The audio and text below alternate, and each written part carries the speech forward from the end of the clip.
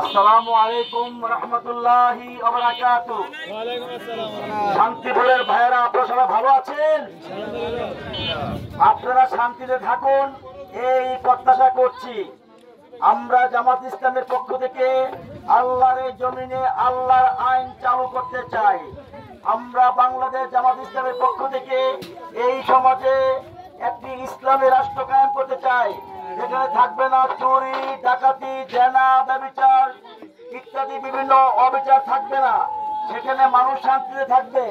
আর ইসলাম অর্থ শান্তি। আপনাদের গ্রামের নাম তো শান্তিপুর। আমরা দোয়া করি আপনাদের গ্রামে আল্লাহ আরো শান্তি বর্ষণ করুক, বলেন আমিন।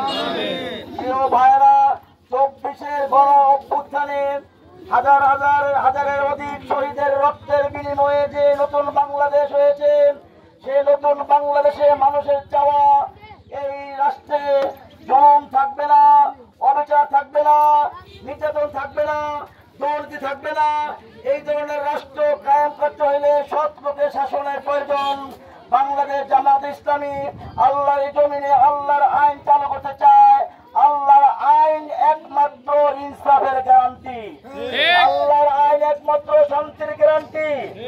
এমন একটি সমাজ চাই, এমন একটি রাষ্ট্র চাই যেখানে নেতারা হবে খাদেম, শাসক হবে না, খাদেম হবে। হাজার হাজার কোটি টাকা বস্তায় বস্তায় ভরে বিদেশে পাচার করবে না।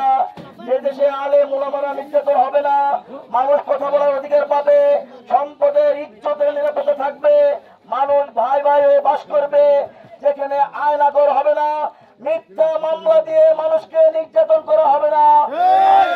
আমার দেশের টাকা বস্তায় বস্তায় ভরে বিদেশ পাচার করা হবে না। একটি দুর্নীতি মুক্ত, সন্ত্রাস মুক্ত একটি বাংলাদেশ গড়তে হইলে একমাত্র ইনসাফের গ্যারান্টি হলো আল্লাহর আইন। এই হলো বাংলাদেশ জামাত ইসলামী আপনাদের কাছে দাঁড়িপাল্লা মার্কার রায় চায়, দাঁড়িপাল্লা মার্কা আপনাদের সমর্থন চায়। আপনি সর্বশেষ এই এলাকার সকলকে মোবারকবাদ জানাচ্ছি, ধন্যবাদ জানাচ্ছি। বাংলাদেশ জামাত ইসলামের পক্ষে রায় চাই, দাঁড়িপাল্লা মার্কা রায় চাই, আলেম ওলামাদের পক্ষে রায় চাই। আল্লাহ আমাদের সকলকে দিনের সহি বুঝ দান করুন, বলেন আমিন।